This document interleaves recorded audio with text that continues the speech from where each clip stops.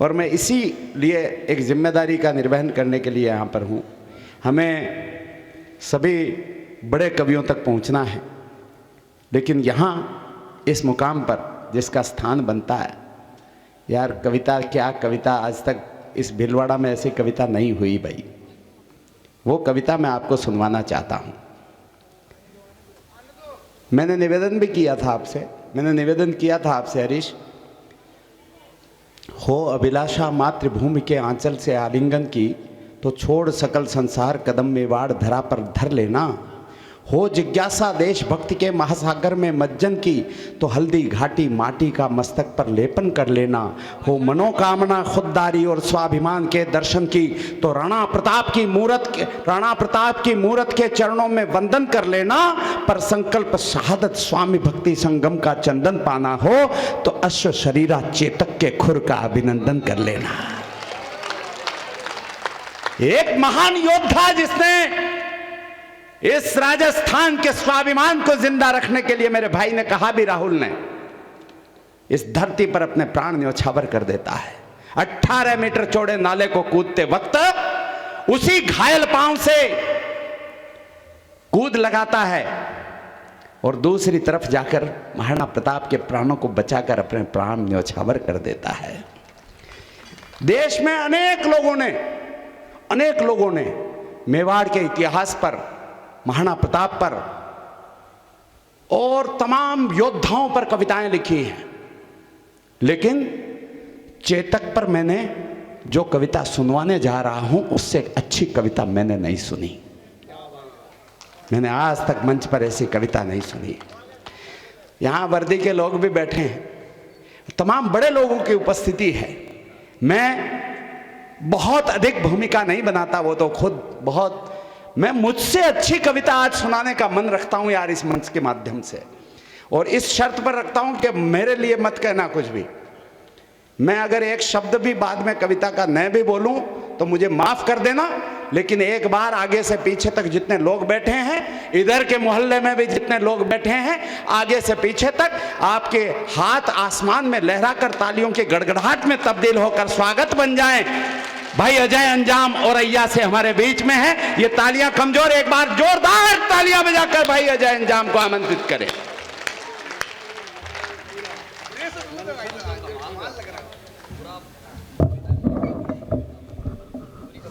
बुंदेलखंड की सम्राज्ञी रानी झांसी के घोड़े, बादल का चारण अजय अंजाम, राजस्थान के मालिक राणा प्रताप के घोड़े, चेतक के दीवानों को प्रणाम करता है, नमन करता है। वाह वाह वाह वाह। सिर्फ विषय पर काव्य पाठ करूंगा, न इधर कुछ न उधर कुछ, एक कविता। बस माँ शारदे को प्रणाम कर लेता हूँ, उस ज्योति को प्रणाम कर लेता हूँ जो पारलौकिक रूप से इस मंच पर विराजमान है और हम जैसे कवियों को इस बात की शक्ति प्रदान करती है कि आपके हृदय तक अपने शब्दों की यात्रा पहुँचा सकें। आदरणीय योगेंद्र शर्मा जी को प्रणाम करता हूँ कि आप जैसे चेतक के दीवानों के बीच, हल्दी घाटी की इस पावन माटी के बीच, मेवाड़ और चित्तौड़ की इस पवित्र धरा पर कविता पढ़ने का मुझे अवसर दिया। नमन करता हूँ, अभिनंदन करता हूँ, वंदन करता हूँ। देश के बड़े महनीय कवि आदरणीय सुरेंद्र दुबे जी, आदरणीय अशोक भाटी दादा मंच पर हैं, मैं उनको अभिनंदन करता हूं, नमन करता हूं। मेरे समवयस्क सुमित ओरछा जिन्होंने राम भगवान की इतनी बढ़िया कविता सुनाई, ये प्यारे प्यारे बच्चे और बालक ने तो कमाल कर दिया। मैं आज घोषित करता हूं इस मंच पर, अगर मां शारदे कभी जिब्या पर बैठती है तो मैं आज कहता हूं योगेंद्र शर्मा जी ने जितना भी नाम इस देश में कमाया, उससे एक कदम आगे जाने का नाम उनका ये बेटा। अभिनंदन करता हूं, प्रणाम करता हूं, नमन करता हूं। कविता शुरू करता हूं। वाह, क्या आनंद से परिपूर्ण है यह भव्य मंडप, इंद्र की अलकापुरी को मात देता दिव्य मंडप। स्वर्ण के सिंहासनों पर देव कविता के विराजे, मुक्त स्वर में गूंजते हैं ये चतुर्दिक यंत्र बाजे। यंत्रबाजों से बहुत श्रृंगार गाया जा चुका, हास्य के आरोह का जादू जगाया जा चुका, और कुछ वो भी सुना जो भूल कर सुनना नहीं था, वो गुना जो भारती के मंच से गुनना नहीं था। प्रश्न है अब मैं बताऊं कौन सा मुद्दा उठाऊं, जो सुनाया जा चुका है मैं वही कैसे सुनाऊं। इसलिए मैं लीक से हटकर सुनाना चाहता हूं। सो रहे जो सिंह मैं उनको जगाना चाहता हूं, मैं अछूते छंद का चंदन लगाना चाहता हूं, वाह देश की मिट्टी के मैं कुछ गीत गाना चाहता हूं। भाई वाह, भाई वाह, अजय जिंदाबाद।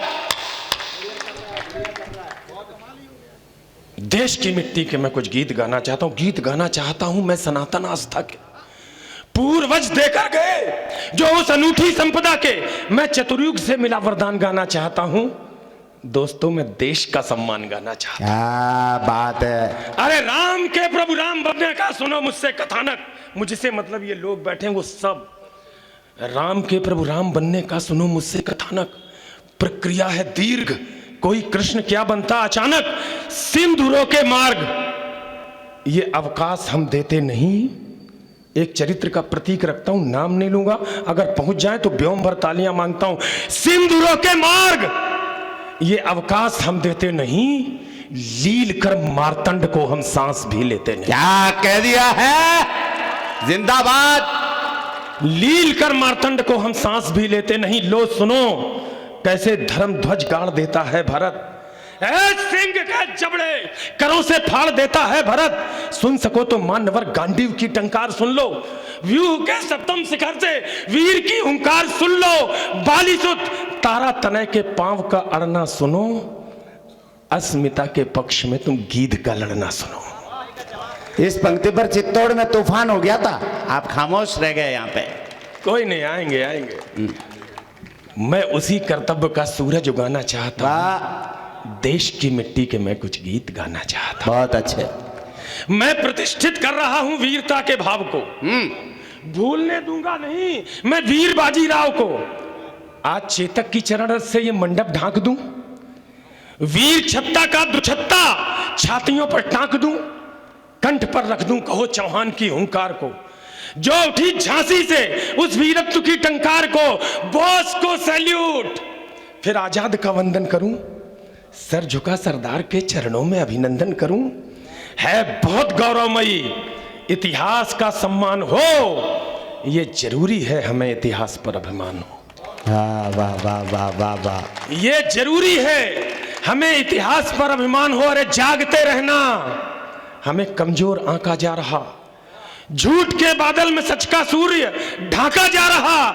हम विपुलतम ज्ञान के भंडार का हिस्सा रहे, हम जगत की आस्था का भव्यतम किस्सा रहे। क्या बात है।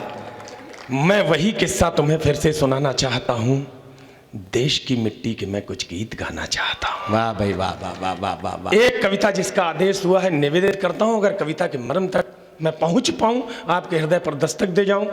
महाराणा प्रताप इतना बड़ा चरित्र, उस पर कविता लिखने की सामर्थ्य मेरी नहीं थी। मैंने लेखनी उठाई तो मैंने कहा हल्दी घाटी पर मैं क्या लिखूं।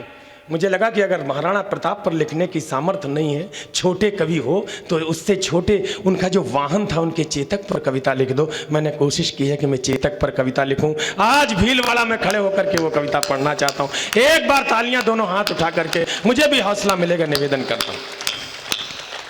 इधर भी घुमाया करो। दो छंद भूमिका के पढ़ता हूं, सुनिएगा। क्या था हल्दी घाटी का युद्ध, कैसे भारतवर्ष के दूसरे युद्धों से अलग था वो युद्ध। एक पंक्ति में अगर अंतर महसूस हो जाए तो अपने उस प्यारे चेतक के लिए आकाश भर तालियां देना। मुगलिया काल में जलालुद्दीन अकबर के गाल पर कमाल के चांटे सा पड़ा था युद्ध। क्या बात है। क्या था हल्दी घाटी का क्या बात। मुगलिया काल में जलालुद्दीन अकबर के गाल पर कमाल के चांटे सा पड़ा था युद्ध।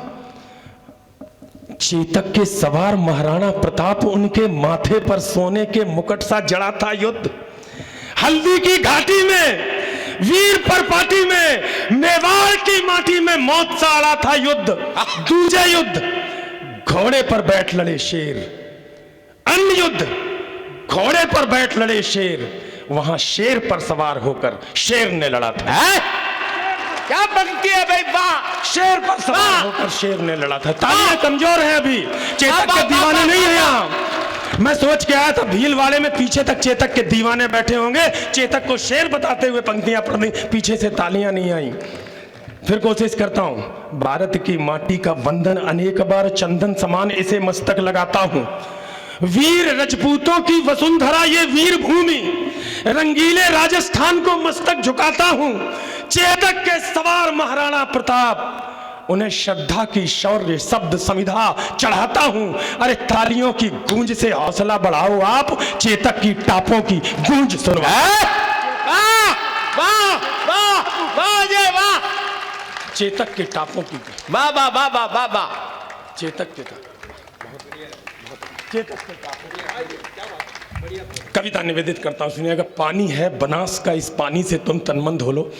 हिंदुस्तान के किसी भी प्रांत में पढ़ता हूं, मुझे बताना पड़ता है कि बनास क्या है, लेकिन मुझे लगता है कि भीलवाड़ा को बताने की जरूरत नहीं है।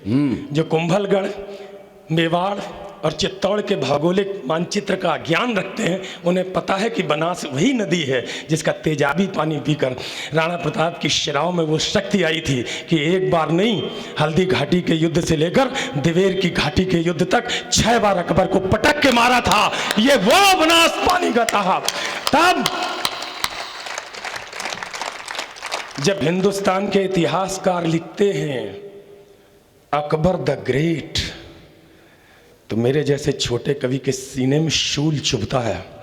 और इसलिए राजस्थान में तो पहली बार आया हूं, भीलवाड़ा भी पहली बार आया हूं। हिंदुस्तान के जिस किसी भी मंच पर कविता पढ़ता हूं, दोनों हाथ उठाकर ईश्वर को साक्षी मानकर कहता हूं कि इस भारत के इतिहास में अगर कोई ग्रेट था, अगर कोई महान था, तो वो अकबर नहीं था, हमारा राणा प्रताप था। मैं उसका सलूट करने के लिए निकलता हूं। अजय जिंदाबाद।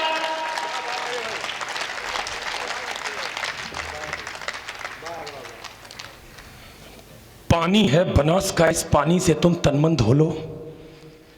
इस बहादुरी की धरती में तुम पौरुष की फसलें बोलो। 4 दिन से लगातार चेतक को पढ़ रहा हूं, अगर स्वर कहीं पर भी धोखा दे तो उसको मान मत दीजिएगा, शब्दों पर गौर करिएगा। पानी है बनास का, इस पानी से तुम तनमन धो लो।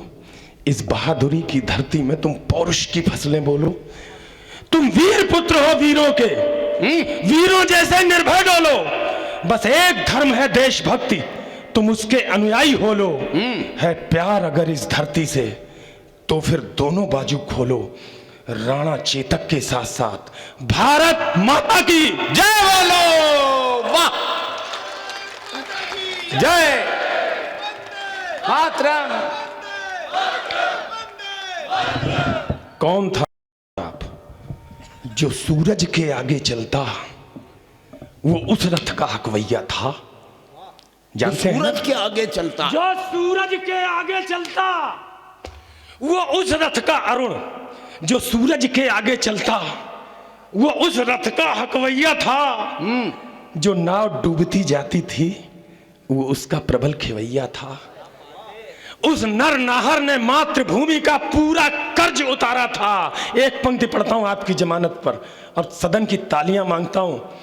उस नर नाहर ने मातृभूमि का पूरा कर्ज उतारा था। राणा प्रताप मेवाड़ गगन पर चमका एक सितारा था। कमाल है भाई, वाह। ये उदय सिंह राणा का सुत बचपन से ही अभिमानी था। आकाशी विद्युत सा चंचल, यह चक्रवात तूफानी था। जो जन्म लिया अंजनी कोख से वीर व्रती हनुमंता ने, वैसे ही सिंह जना था ये श्री बाई जी जयवंता।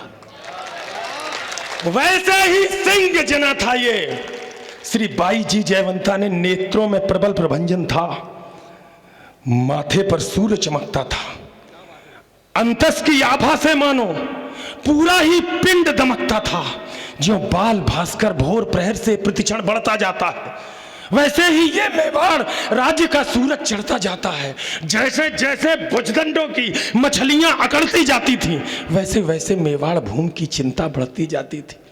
घर में थी फूटन और मुगल के रोज आक्रमण होते थे चंद विभीषण जो खुद ही गद्दारी का विष। और दोस्तों, अजय अंजाम एक बात पूरी जिम्मेदारी के साथ कहना चाहते हैं इस मंच पर। आज तक संसार की कोई सेना ऐसी पैदा नहीं हुई जिसने हिंदुस्तान के रणबांकुरों को आमने सामने के युद्ध में पराजय दी हो। चाहे 1965, 1971, कारगिल या फिर ऐतिहासिक युद्ध, जब भी बाहर की आंधियां आई हैं, हिंदुस्तान के रणबांकुरों ने ऐसा मुंहतोड़ जवाब दिया है कि कोई माई का लाल हिंदुस्तान पर दोबारा आक्रमण करने की हिम्मत नहीं जुटा पाया। दोस्तों, दिक्कत कहाँ पर है? 4 पंक्तियां बीच में फंसा करके कविता आगे बढ़ाता हूं। युद्ध नहीं जीते जाते हैं इन जज्बाती नारों से, ये इतिहास लिखा जाता है खून सनी तलवारों से। बाहर के दुश्मन से तो हम जंग जीत लें जब चाहें, हम तो बाजी हार रहे हैं अंदर के गद्दार। हम तो बाजी हार रहे हैं अंदर के। चंद विभीषण थे, खुद ही गद्दारी का विष्ट होते थे। ये एक समय की साजिश थी, ये एक काल की साजिश थी। इस साजिश के साक्षी हो लो राणा चेतक के साथ साथ भारत माता की जय बोलो। हल्दी घाटी के युद्ध का एक दृश्य रखता हूं।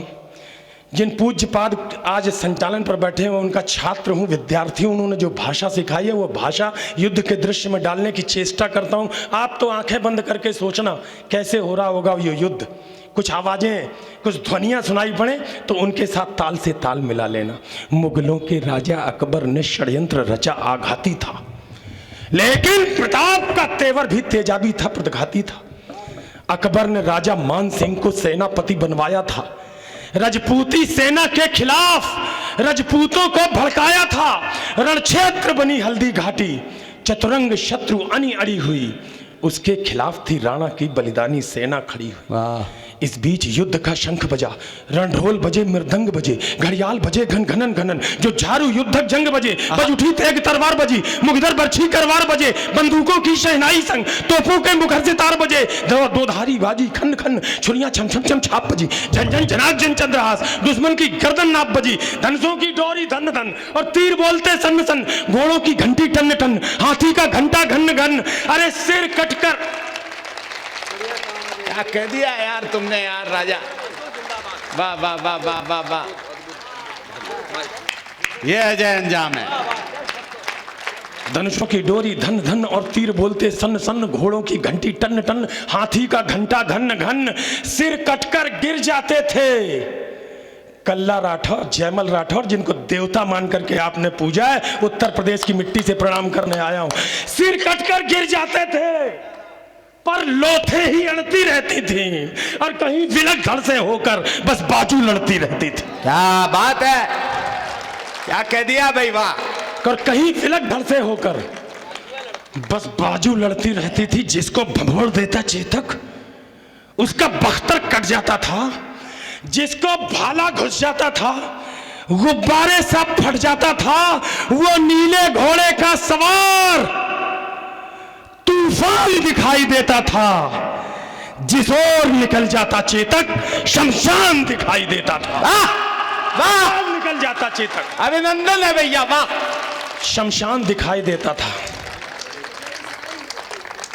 कोशिश करता हूं, कोशिश कर रहा हूं, संभव नहीं है मेरा, बहुत छोटा कवि हूं। वाणी में इतनी तेजस्विता भी नहीं है कि हल्दी घाटी तक 1526 में लौट के जाऊं, लेकिन कोशिश करता हूं। चेतक का आह्वान करता हूं, ये मेरे प्यारे चेतक, एक बार भीलवाड़ा के इस मैदान में आ जा, चौक में आ जा। कोशिश मैं कर रहा हूं लाने की, अगर लग जाए कि आ गया तो जरा ताल से ताल मिलाना। वो नीले घोड़े का सवार तूफान दिखाई देता था, जिस ओर निकल जाता चेतक शमशान दिखाई देता था। टप टप टपाक टप टप टपाक टप टप टपाक टप टप टपाक टप टप टपाक टप टप टपाक टप टप टपाक टप टप टपाक टप टप टपाक टप टप टपाक पदचाप सुनाई देती थी। चेतक दिखता थोड़ी ना था, बस टाप सुनाई। वाह वाह, क्या वेग की परिभाषा कर दी है यार, वाह वाह वाह वाह वाह वाह वाह वाह। वापस कह दो राजा, वापस कह दो अजय, मेरी जान वापस बोलो। दोधारी बाजी खंड खंड, छुरियां छम छम छमछाप बजी, झन झन जनाक जन चंद्रा, दुश्मन की गर्दन नाप बजी, धनुषों की डोरी धन धन और तीर बोलते सन सन, घोड़ों की घंटी टन टन, हाथी का घंटा घन घन। सिर कटकर गिर जाते थे, पर लोथे ही अड़ती रहती थी और कहीं विलक धड़ से होकर बस बाजू लड़ती रहती थी। जिसको भगोड़ देता चेतक उसका बख्तर कट जाता था, जिसको भाला घुस जाता था, गुब्बारे सा फट जाता था। वो नीले घोड़े का सवार तूफान दिखाई देता था, जिस ओर निकल जाता चेतक शमशान दिखाई देता था। टप टप टपाक टप टप टपाक टप टप टपाक टप टप टपाक टप टप टपाक टप टप टपाक टप टप टपाक टप टप टपाक टप टप टपाक भीलवाड़ा अभिनंदन। चाप सुनाई देती थी। चेतक दिखता थोड़ी ना था, बस टाप सुनाई देती थी। क्या पंक्ति है, क्या पंक्ति है। चेतक दिखता थोड़ी ना था। बहुत अच्छे, वाह। अरे पूज्यपाद चल के ये हमारे यहाँ के योगी जी हैं। तुम यूपी के योगी जी को लेके घूम रहे, हम हमारे योगी जी को लेके घूम रहे।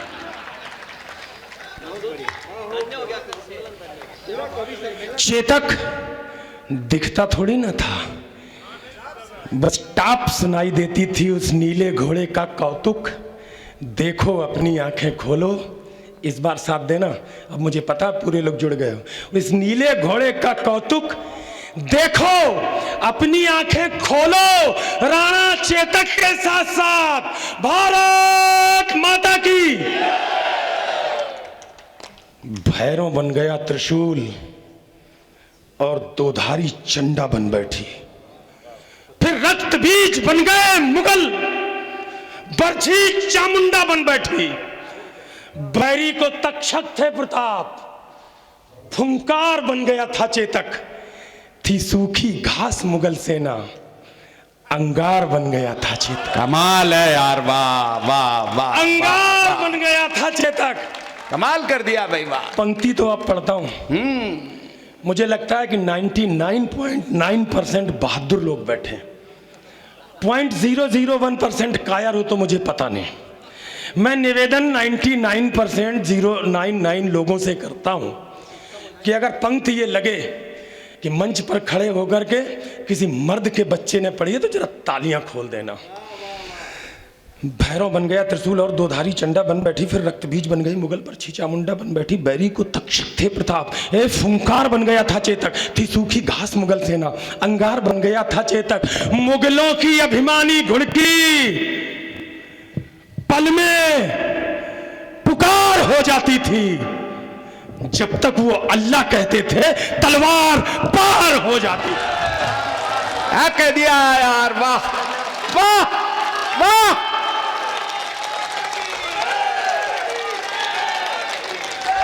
क्या बात है। अरे वाह, क्या बात है यार।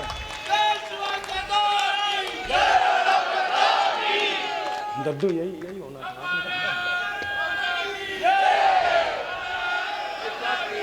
एक भी शब्द भगवान को साक्षी मानकर कहता हूं, अजय अंजाम ने लफाजी का अपनी कविता में नहीं लिखा।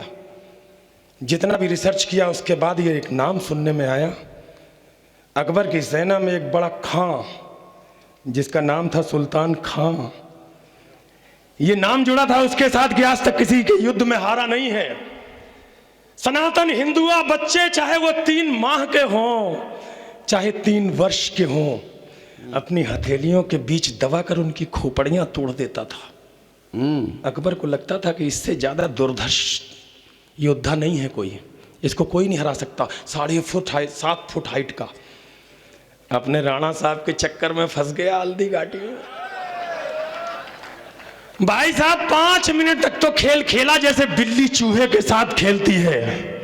6वें मिनट में घोड़े से छलांग लगाकर सिरक प्राण पर ऐसी तलवार मारी कि वो योद्धा जिसके साथ ये विशेषण जुड़ा था कि किसी युद्ध में हारा नहीं, कोई इसको मार नहीं सकता, तलवार का ऐसा प्रहार किया सिरक प्राण के साथ। पूरा सुल्तान खां और पूरा उसका घोड़ा कट करके 2 हिस्सों में पड़ा हुआ था। उस राणा प्रताप को प्रणाम करने आया हूं। क्या बात करते हो। मुगलों की अभिमानी घुड़की, साथ दे देना। मुझे भीलवाड़ा से बाहर निकलना, चित्तौड़ की कल की घटना देख चुका हूं। मुगलों की अभिमानी घुड़की पल में पुकार हो जाती थी। जब तक वो अल्लाह कहते थे तलवार पार हो जाती थी। क्या था चेतक? बैरी के सर पर था चेतक।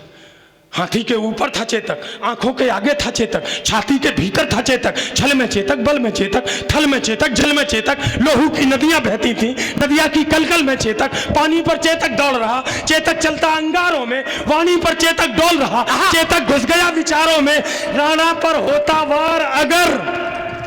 दोस्तों बस एक शब्द है कविता सुनने की, 2 शब्द आपसे सुनने हैं। पूरी पंक्तियां दोनों मैं पढ़ूंगा, 1.5 पंक्ति तक मैं पढ़ूंगा, आखिरी के 2 शब्द आपसे। यदि यहां डूब जाता चेतक तो वाह दिखाई, वाह। राणा पर होता वार अगर तो तुरंत झुकाई देता था। यदि यहां डूब जाता चेतक तो वहां दिखाई देता था। मेवाड़ विजय के रास्ते में खुद का तन रोड़ा बना दिया। इस पंक्ति को लिखने के बाद दद्दू में फंस गया कि अब रोड़ा का तुकांत कहां से लाऊं। मां से प्रार्थना की, मां ने कहा बेटे पगले, जिसकी कविता लिख रहा है वही तुकांत है, कोशिश तो कर। मेवाड़ विजय के रास्ते में खुद का तन रोड़ा बना दिया, चेतक योद्धा बन गया और मुगलों को घोड़ा बना दिया। कमाल कर दिया है यार अजय, कमाल कर दिया अजय। मेवाड़ विजय के रास्ते में खुद का तन रोड़ा बना दिया, चेतक योद्धा बन गया और मुगलों को घोड़ा बना दिया। चेतक कहता रणचंडी से, आओ अपना खप्पर धो लो और आप सब राणा प्रताप के साथ साथ भारत माता की। थी बाग मुक्त नीली आंधी मर्जी से पांव उठाता था राणा के एक इशारे पर, चेतक फौरन मुड़ जाता था। बैरी सेना के सागर में चेतक तैराकी करता था, जाते जाते मुड़ जाता था, बेहद चालाकी करता था। जिसके सीने पर चेतक की तगड़ी टापें पड़ जाती थी, उसके सीने में भाले सी दोनों टांगें गड़ जाती थी। था तभी अचानक मान सिंह हाथी असवार नजर आया।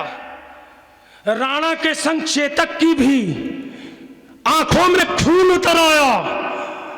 राणा कोई कौतुक करते, इससे पहले वह घूम गया। अगली टांगों का प्रबल वार हाथी का मस्तक चूम गया। आघात अश्व का भारी था, सहकर हाथी लड़खड़ा उठा। इतने में राणा का भाला विद्युत, आज देख के आया हूं चित्तौड़गढ़ के किले में, एक उसमें बड़े से झूले में बंधा हुआ टंगा, प्रणाम करके। इतने में राणा का भाला विद्युत जैसा गड़गड़ा उठा।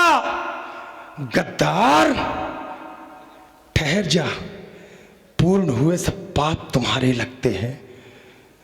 मानसिंह दिखा ना, गद्दार ठहर जा, पूर्ण हुए सब पाप तुम्हारे लगते हैं। तू भूल गया रणकौशल में हम बाप तुम्हारे लगते हैं। कोई जवाब भूल गया रणकौशल में हम बाप तुम्हारे लगते हैं। मच गई खलबली मुगलों में। सपाटे के साथ एक शब्द निकाल के जा रहा हूं, देखना चाहता हूं कितने लोग रिसर्च के मूड में सुनते हैं। मच गई खलबली मुगलों में, मच गई खलबली मुगलों में, मच गई खलबली मुल्लों में। राणा राणा का शोर उठा घनघोर समर के अंधकार में जैसे। 1 2 3 4 5 6 7 8 9 10 लोगों ने समझ लिया। मच गई खलबली मुगलों में, राणा राणा का शोर उठा घनघोर समर के अंधकार में जैसे कोई भोर उठा। आगे करुणा का सागर है, इस करुणा में थोड़ा रो लो। राणा चेतक के साथ साथ भारत माता की जय बोलो। राणा के अंतिम बंद। दोस्तों मुझे विदा करना, बहुत बड़े नाम इस मंच पर है, इसलिए मैंने कुछ भी अतिरिक्त नहीं पढ़ा। सिर्फ वो कविता जो आज की थीम थी, जिसका मन लेकर के आपने ये कार्यक्रम सजाया, सिर्फ वो कविता। राणा के प्रबल प्रहारों का ना, राणा के प्रबल प्रहारों का न तोड़ दिखाई देता था, न हल्दी घाटी में चेतक का जोड़ दिखाई देता था। संख्या बल में अकबर का दल राणा के दल से भारी था। हजारों घाव लगे थे, पर राणा का हमला जारी था। गिर गया श्रगालों में नहर, राणा को संकट बूझ गया। आए है पर एक लिंग का हठी पूत दोधारी लेकर जूझ गया। वाह! इतने में झाला आ पहुंचे। पहचानते हो ना झाला को? वही अपना झाला मन्ना। देखने में राणा प्रताप जैसा लगता था। दोस्ती की इससे बड़ी परिभाषा इतिहास दोबारा नहीं लिखेगा। राणा का मुकुट सिर्फ इसलिए मांग लिया कि दोस्त, भारत को तेरी जरूरत कल भी है। आज तेरा दोस्त झाला मन्ना अपने प्राणों का उत्सर्ग तेरी रक्षा के लिए करेगा। उन वीर पुरखों की संतानें हो, तालियां क्यों नहीं बजाते? इस बात पर मुझे समझ में नहीं आता। इतने में झाला आ पहुंचे। बोले, राणा प्रस्थान करो, तुमसे कल को आशाएं हैं, कुछ उसका भी तो ध्यान करो। राणा बोले, रण में झाला मैं इंच इंच कट सकता हूं। क्या पंक्ति है यार! राणा बोले, रण में झाला मैं इंच इंच कट सकता हूं, पर पैच भवानी तुलजा की मैं कभी नहीं हट सकता हूं। पर पैच भवानी तुलजा की मैं कभी नहीं हट सकता हूं। तब एक लिंग का नाम लिया, दे घोर शपथ झाला बोले। धिक्कारता हूं उन इतिहासकारों पर जो लिखते हैं कि कायरतावश राणा चले गए थे। दोस्ती का कोई सम्मान होता है, शपथ का कोई मान होता है, तब उसको प्रमाणित करने। तब एक लिंग का नाम लिया, दे घोर शपथ झाला बोले। दुश्मन का वार लिया खुद पर, होकर लथपथ झाला बोले, इनको मैं धूल चटा दूंगा। देखो तुम कल के मंगल को। झाला ने कसम दिलाई तो राणा चल निकले जंगल को। कविता की सबसे मार्मिक अंतिम 6 पंक्तियां। बढ़ते बढ़ते राणा मग में 21 गज का नाला,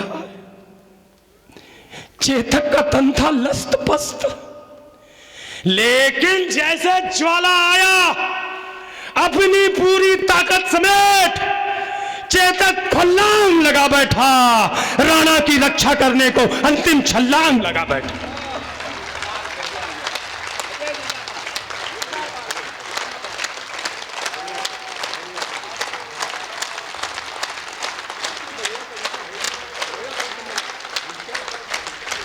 राणा की रक्षा करने को, अंत में ये वाला काम कर देना, 4 पंक्तियां और हैं, सुन लो। राणा की रक्षा करने को अंतिम छलांग लगा बैठा। उस नील अश्व ने स्वामी भक्ति का पाठ सभी को सिखा दिया। करवट लेकर बेजान शीश राणा चरणों में टिका दिया। फिर लगा अचानक घोटक ने जैसे अपना मुंह खोला हो। चलते चल, कल्पना की पंक्ति हो सकती है, लेकिन शायद चेतक ने मौन भाषा में कहा हो और उसको बेटे की समान प्यार करने वाले राणा प्रताप ने समझ लिया हो कि चेतक क्या कहना चाहता है। तब एक कवि कल्पना की पंक्ति, फिर लगा अचानक घोटक ने जैसे अपना मुंह खोला हो। चलते चलते जैसे शहीद चेतक ने बस ये बोला हो, मालिक मालिक मालिक, मेवाड़ घराने का मैं कर्ज चुका कर जाता हूं। माथा सहलाकर विदा करो, मैं फर्ज निभा कर जाता।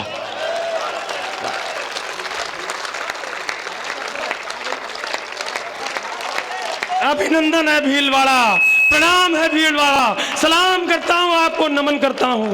बस एक प्रार्थना है स्वामी। भाई क्या कमाल कमाल कमाल कमाल,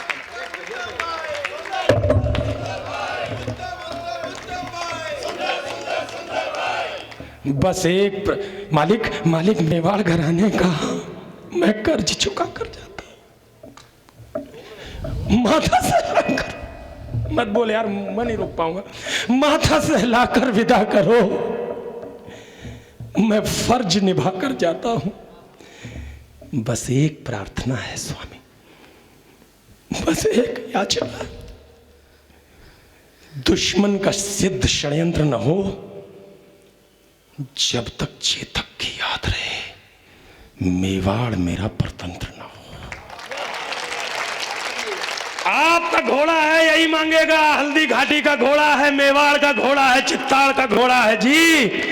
बस एक प्रार्थना है स्वामी, दुश्मन का सिद्ध षड्यंत्र न हो, जब तक चेतक की याद रहे, मेवाड़ मेरा परतंत्र न हो। चेतक मेरे बेटे भैया, चेतक मेरे बेटे भैया, हलाल वीर चीत्कार उठा, चेतक को बाहों में भरकर वो घायल शेर पुकार उठा। चेतक तेरी बलिदान कथा हिंदुस्तान भी गाएगा, गाएंगे श्याम नारायण भी।